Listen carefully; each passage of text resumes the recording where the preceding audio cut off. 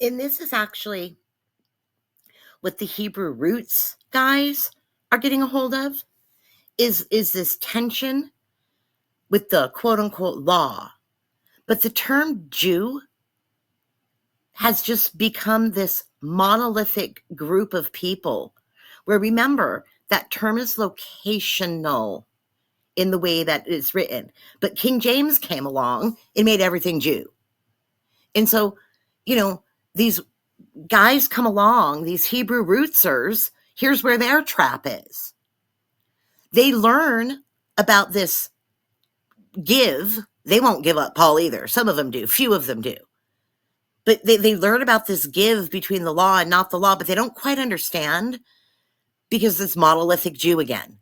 And so they go chasing after Judah because Judah means Jew and Judea means Jew and Hebrew means Jew. So they start walking around doing Shabbat Shalom, blah, blah, blah, blah, blah. And they're chasing after Judah.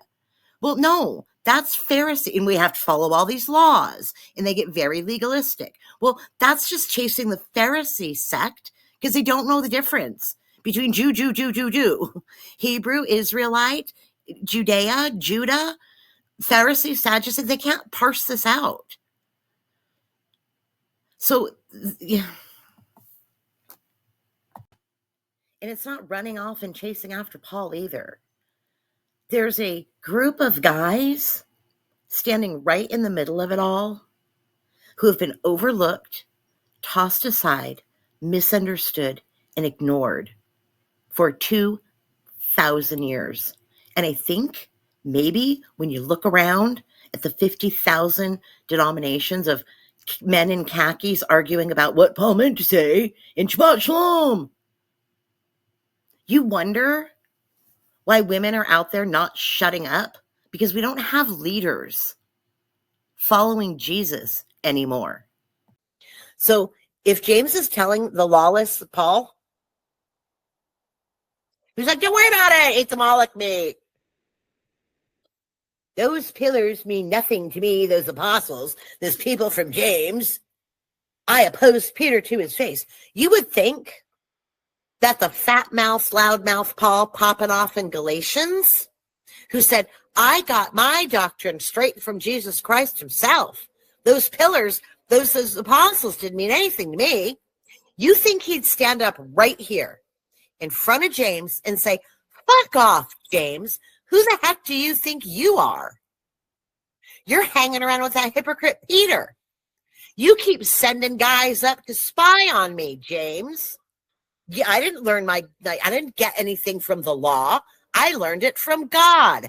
Jesus talked to me on the road to Damascus, James, and he told me my gospel, and I don't need to listen to you and your ass anymore. And he would have walked out of there and went right back to his little Roman buddies. Where's that Paul? Where's the Paul who got his instructions from Jesus Christ himself on the road to Damascus? Don't you remember that you recognize the grace given to me? I have the grace, James. Don't tell me what to do. All you told me was to remember the poor. So why are you making me take a Nazirite vow, James? Is Peter still hanging around? Because I stood up to him too. Why are you sending Peter? Why are you sending people from you? Why are you sending people up? James? Hey, James, why are you interfering with my Jesus spoken gospel, James? Why are you sending people to spy on me so that Peter can be a hypocrite? You guys are just a bunch of freaking hypocrites. Dude, I'm done. You guys, all the Jews that James, as soon as you set your people up, everyone was afraid and they withdrew from you.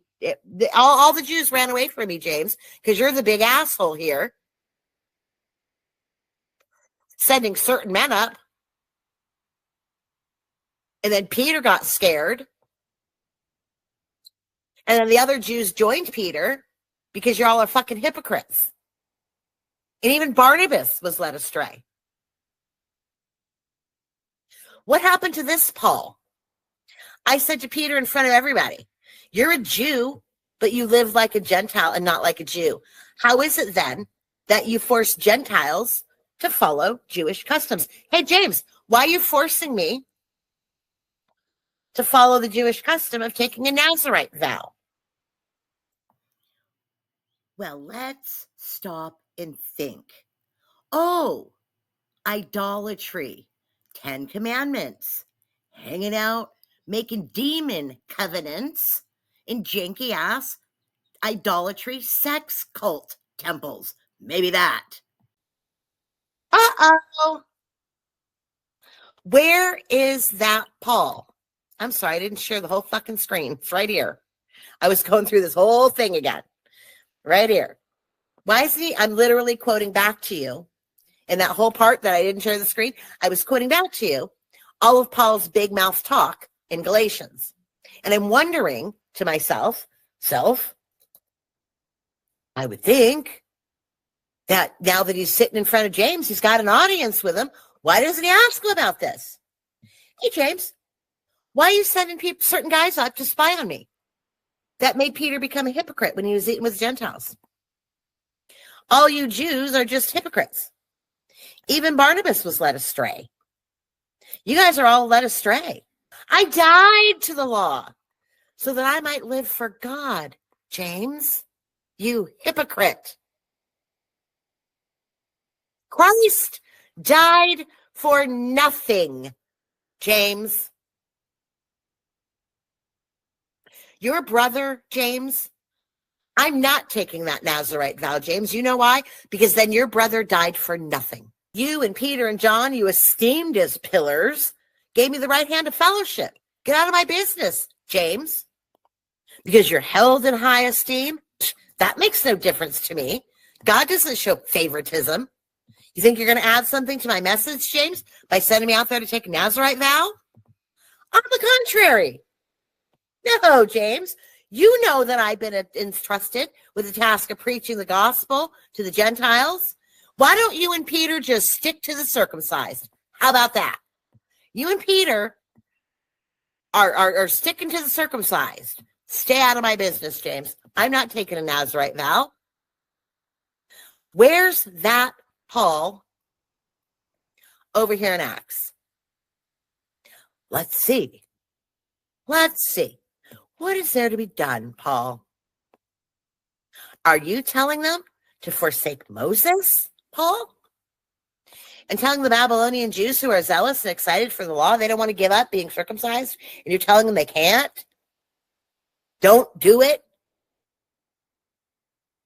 Change all your customs overnight. And don't follow the law of Moses. Forget the 10 commandments. What's to be done with you, Paul? The fuck are we supposed to do with you? Uh-oh. So I'm sure Paul stood up to him in front of everybody and said, well, that's because you guys are wrong. Because Jesus came to me on the road to Damascus and he straightened shit out. And by the way, I've got a demon meat sandwich from the Moloch festival that I packed in my lunch bag when I came down to see you. Would you like some demon meat?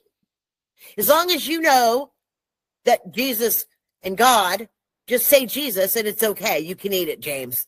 Have some demon meat.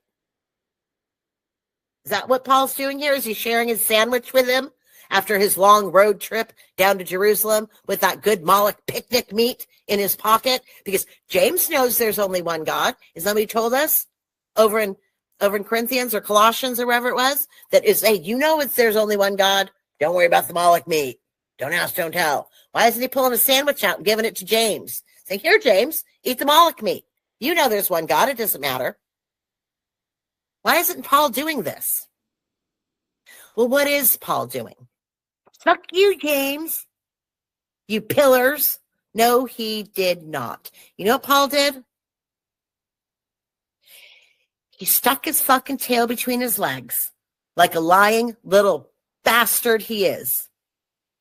And he took the men who were under a Nazirite vow and went with him. And the very next day, he purified himself right along with him. And he went into the temple, giving notice when the days of purification would be fulfilled. Why isn't he arguing about that? Why are they keeping the law? Why are they keeping vows? Doesn't anybody ask this question? No, they do not. You know why? Because your fucking preachers teach you 3 sentences from Paul. No one's righteous, not even one. And then they move right the fuck along. And they don't teach you anything about the Bible. And it makes me furious. Jesus died for my sins. Where's that here? Well, Paul saw him on the road to Damascus. Where's that here? Why isn't he arguing with James about this? Because he's a false fucking teacher. Yes, sir, James. Right away. I'm going out to purify myself. So either A, he knows he's a fucking liar and he just got caught. Or B, he's just trying to save his own ass from getting killed. So he's willing to throw his Jesus Christ, personally chosen apostle on the road to Damascus, just say Jesus, out the window. He's going to throw his Moloch meat, picnic food doctrine right out the window. And everything that Jesus told him to say, he's just going to turn his back on that right now, instead of standing up for it. So he's either a pussy and is not preaching the true word of Jesus that Jesus gave him on the road to Damascus, or he's a fucking liar. I get so angry at Paul, you guys. But from this little bastard, then 7 days. He did this for 7 fucking days. This isn't just like one little, wave some shit in the air and keep it moving. He was doing a Nazarite vow, a 7-day Nazarite vow. So, Paul has this great doctrine from Jesus, right? Jesus himself gave it to him. Let's see what Jesus says about picnic meat. First thing he says is the church in Ephesians. Now remember, the church in Ephesus, or the Ephesians, are the ones who chased Paul out and beat his ass. Okay? Twice, and tried to stone him. All right. And Jesus congratulates them. Paul, by his own words, from Paul's own words. And here's what Jesus says to that same church. Does Jesus say, hey guys, I'm really mad that you beat the shit out of my personally chosen apostle? No, he does not. You know what Jesus says? Jesus says, I know you can't tolerate wicked people, and you've tested those who claim to be apostles but are not, and found them false. Good job, Ephesians. I'm so proud of you. I think that's funny. All right. You also have this in your favor. You hate the practices of the Nicolaitans. Who are they? They're important. They're really chummy with the churches of Paul. They're all through Antioch. We're not going down the Nicolaitans rabbit hole, but just know that they're demon meat eaters. Okay, so just have that. Now we're going to go down here, and let's see this one. The church in Pergamum. This is also in Asia. There, I have a few things against you. Now, the book of Revelation, we're in the book of Revelation right now. Book of Revelation is like the last book in the Bible. Okay, so this is the latest and last final written book also. So chronologically, in this case, it is the actual last book that was penned and authored. So this is kind of Jesus's final words, if you will. It's not like Jesus wrote, had John write Revelation and then came back and did something else. This is the very last thing that Jesus said. Okay. I have a few things against you. There are some among you who hold to the teaching of Balaam. Now that is a idol sacrifice, dude. There's a whole story there. To entice the Israelites to sin, so they did what? Did the Israelites do? This is an Old Testament story that he's referring to. We don't need to go down the rabbit hole because he's going to tell you what he's talking about, just in case you haven't read that story and you want to be clear. The teaching of Balaam and Balak to entice the Israelites to sin, so that they did what, Jesus?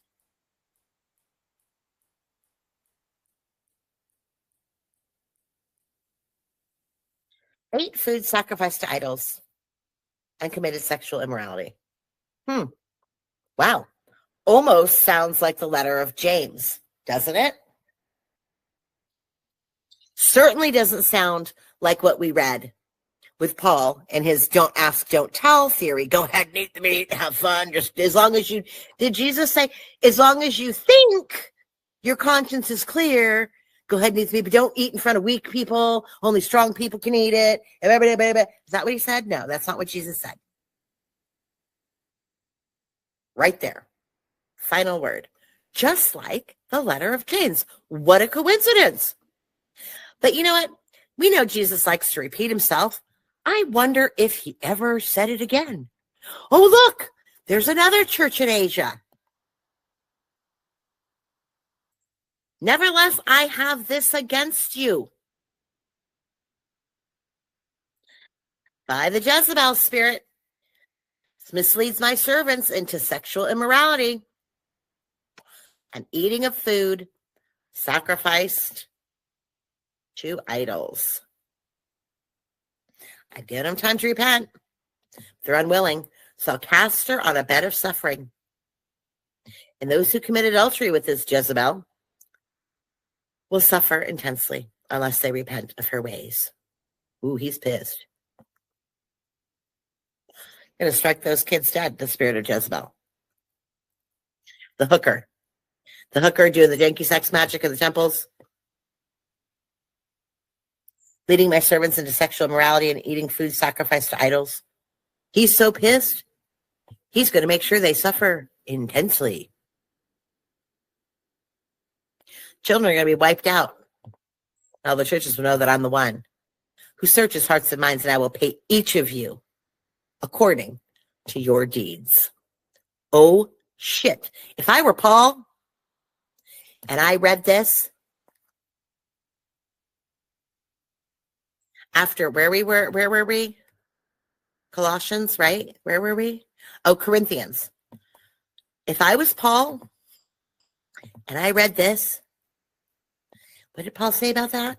I'd be a little fucking scared. 1 Corinthians, I don't remember where it was. 8? Oh, there it is. Concerning food sacrificed to idols, right there.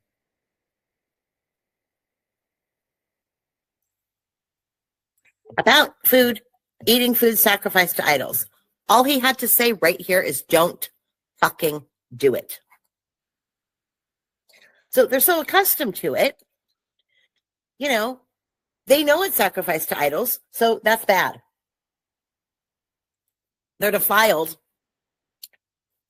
because they're so used to it. Their conscience is weak. But food doesn't bring us near God, so we're no worse off if we eat it and no better if we do. Doesn't fucking matter. Careful that the exercise of your rights to eat demon meat does not become a stumbling block for the weak, though. Because if someone's got a weak conscience, sees you eating in an idol's temple, won't that person be emboldened to eat with sacrifice to idols too? You know better. So it doesn't matter to eat the meat because you have a strong conscience. You know that there's just one God, so it doesn't matter that you're eating the bile meat. But, you know, someone who doesn't know, you know, they're in trouble. But you can do it because you're strong. Is that what Jesus was talking about? Does that sound like what Jesus wants people to be teaching in Revelation 2 down here? I'm just asking.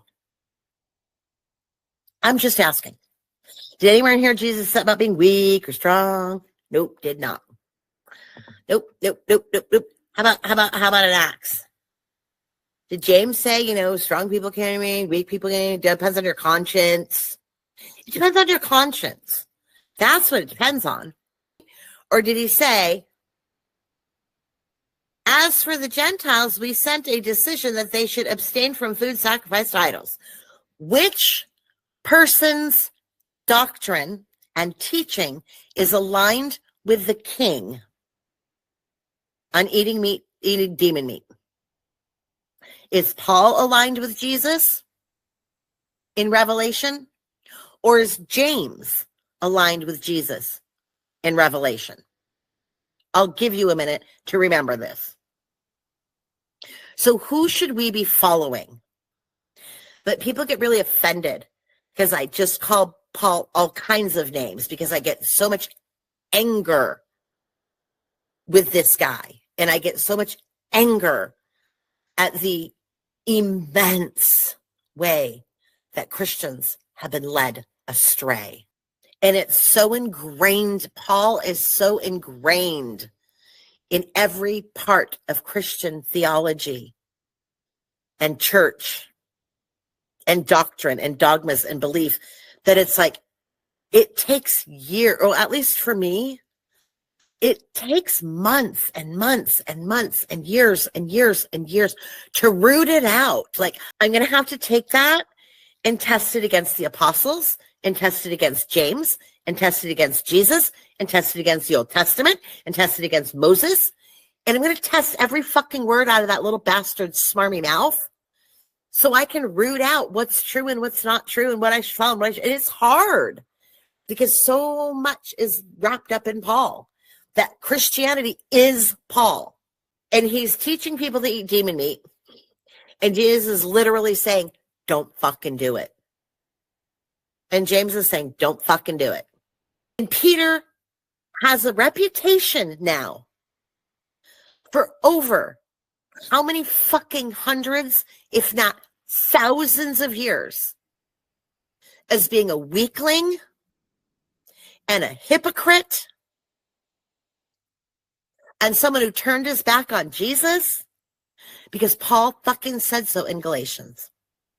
Because he got up from a table when John Mark came, sent by James, and Peter got up.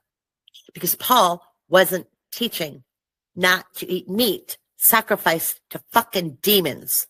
Peter refused to sit at a table and eat demon meat. And now for however many fucking hundreds of thousands of years, the church has latched onto Paul's bullshit. They have brainwashed every Christian to tell you, well, Peter's the hypocrite. Peter's the hypocrite. Peter's the hypocrite. Peter's the hypocrite. The first thing you hear with Peter is Peter's the hypocrite. Or they tell you, well, Peter and Paul work together. Does this look like they're working together? All right, so we've gone through Jesus, and he's the final word. And if Paul got his doctrine directly from Jesus, then someone's lying. Either Paul's lying or Jesus is lying. And James is lying. And I'll tell you one fucking thing. My king doesn't fucking lie.